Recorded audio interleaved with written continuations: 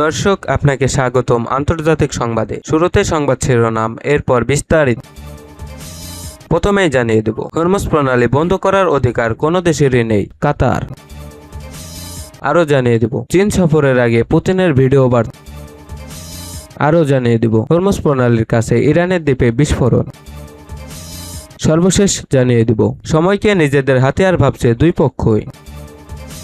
Hormuz প্রণালী বন্ধ করার অধিকার কোনো দেশেরই নেই, কাতার। বিশ্ব বাণিজ্যের অন্যতম গুরুত্বপূর্ণ ও সংবেদনশীল নৌপথ হরমুজ প্রণালী দিয়ে জাহাজ চলাচলে বাধা দেওয়ার অধিকার কোনো দেশেরই নেই বলে স্পষ্ট জানিয়ে দিয়েছে কাতার। কাতারের পররাষ্ট্র মন্ত্রণালয়ের মুখপাত্র মাজেদ আল আনসারি এক বিবৃতিতে বলেছেন, আন্তর্জাতিক আইন অনুযায়ী কোনো দেশেই কোনো পরিস্থিতিতে এই কৌশলগত জলপথে অন্যান্য দেশের প্রবেশধারী বা নৌ চলাচলকে অবরোধ করতে পারে না। মধ্যপ্রাচ্য চরম উত্তেজনার মধ্যে এই অঞ্চলে জ্বালানি সরবরাহ এবং বাণিজ্যিক নিরাপত্তার বিষয়টি সামনে রেখে কাতারের পক্ষ থেকে এই হুঁশিয়ারি দেওয়া হলো। সম্প্রতি কাতার থেকে তরলকৃত প্রাকৃতিক গ্যাস এলএনজি দুটি ট্যাঙ্কার হরমুজ প্রণালী অতিক্রম করেছে বলে জানা গেছে। তবে দুটি ট্যাঙ্কার পার হওয়ার অর্থ এই নয় যে ওই রুটে জাহাজ চলাচল পুরোপুরি স্বাভাবিক হয়ে গেছে। কাতার স্পষ্ট করেছে যে সামগ্রিক বাণিজ্যিক পরিস্থিতি স্বাভাবিক হতে এখনো সময় লাগবে। বিশ্বের মোট খনিজ তেলের সিংহভাগ এবং কাতারের মতো বৃহৎ জ্বালানি রপ্তানি দেশগুলোর এলএনজি সরবরাহের প্রধান পথ হলো এই হরমুজ প্রণালী।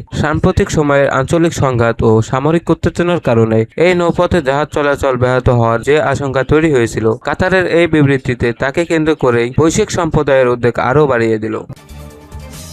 চীন সফরের আগে পুতিনের ভিডিও বার্তা। রাশিয়ার প্রেসিডেন্ট ভ্লাদিমির পুতিন বলেছেন, মস্কো ও বেজিং এর সম্পর্ক এখন অভূতপূর্ব উচ্চতায় পৌঁছেছে। এছাড়াও দুই দেশের বন্ধুত্ব কারো বিরুদ্ধে নয় বলেও জানান তিনি। চীনের প্রেসিডেন্ট শি জিনপিং এর আমন্ত্রণে বেজিং সফরের আগে এক ভিডিও বার্তায় তিনি এসব কথা বলেন। পুতিন বলেন, রাশিয়া ও চীন রাজনৈতিক, অর্থনৈতিক, প্রতিরক্ষা এবং মানবিক সব ক্ষেত্রে সহযোগিতা আরও বাড়াতে প্রতিশ্রুতিবদ্ধ। তিনি বলেন, আমাদের বন্ধুত্ব কারো বিরুদ্ধে নয়। দুই দেশের সম্পর্ক পারস্পরিক বোঝাপড়া, বিশ্বাস এবং একে অপরের মূল স্বার্থ যেমন সার্বভৌমত্ব ও রাষ্ট্রীয় অখণ্ডতা সমর্থনের উপর ভিত্তি করে গড়ে উঠেছে। পুতিন আরো বলেন, 25 বছর আগে স্বাক্ষরিত সুসহ প্রতিবেশিতা ও বন্ধুত্বপূর্ণ সহযোগিতা চুক্তির পর থেকে দুই দেশ একটি কৌশলগত ও বিশ্বস্ত অংশীদারিত্ব গড়ে তুলেছে। তিনি জানান, দুই দেশের মধ্যে সম্পর্কে এখন পারস্পরিক বিশ্বাস ও বোঝাপড়ার মাধ্যমে পরিচালিত হচ্ছে এবং উভয় পক্ষই উইন উইন সহযোগিতা ও সম্মানজনক সংলাপ বজায় রাখে। অর্থনৈতিক সহযোগিতার কথা উল্লেখ করে পুতিন বলেন,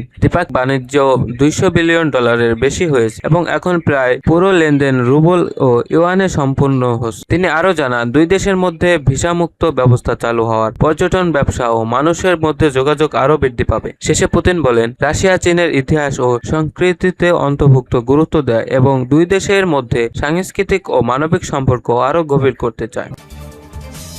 হরমুজ প্রণালীর কাছে ইরানি দ্বীপে বিস্ফোরণ। বিশ্ব বাণিজ্যের অন্যতম সংবেদনশীল নৌপথ হরমুজ প্রণালী কৌশলগত অবস্থানে থাকা ইরানের কেশম দ্বীপে মঙ্গলবার 19 মে বিকট বিস্ফোরণের শব্দ শোনা গেছে। তবে এই বিস্ফোরণ কোনো নতুন শত্রু হামলা নয়, বরং শত্রুপক্ষের অবিস্ফোরিত গোলাবারুদ নিষ্ক্রিয় করার কারণে এই শব্দের সৃষ্টি হয়েছে বলে জানিয়েছে তেহরান। ইরানের আধা সরকারি বার্তা সংস্থা তাসনিম নিউজ এক স্থানীয় কর্মকর্তার বরাত দিয়ে নিশ্চিত করেছে, দ্বীপে উদ্ধার হওয়া শত্রুপক্ষের পুরনো ও অবিস্ফোরিত গোলাবারুদ পরিকল্পিতভাবে নিষ্ক্রিয় করার কারণে এই বিস্ফোরণের শব্দ পাওয়া যায়। এর আগে ইরানের উপর একটি সংবাদ মাধ্যম মেহের নিউজ এজেন্সি বিস্ফোরণের খবরটি প্রকাশ করলেও তখন পর্যন্ত এর সুনির্দিষ্ট কারণ জানা যায়নি বলে উল্লেখ করেছিল। গত 28 ফেব্রুয়ারি ইরান ও ইসরায়েল যুক্তরাষ্ট্রের মধ্যে যুদ্ধ শুরু হওয়ার পর থেকে এই অঞ্চলে ব্যাপক উত্তেজনা বিরাজ করছে। এই ঘটনা মাত্র একদিন আগে মার্কিন প্রেসিডেন্ট ডোনাল্ড ট্রাম্প এক বিবৃতিতে জানান, তেহরানের পক্ষ থেকে ওয়াশিংটনে একটি নতুন শান্তি প্রস্তাব পাঠানোর পর তিনি ইরানের উপর পূর্ব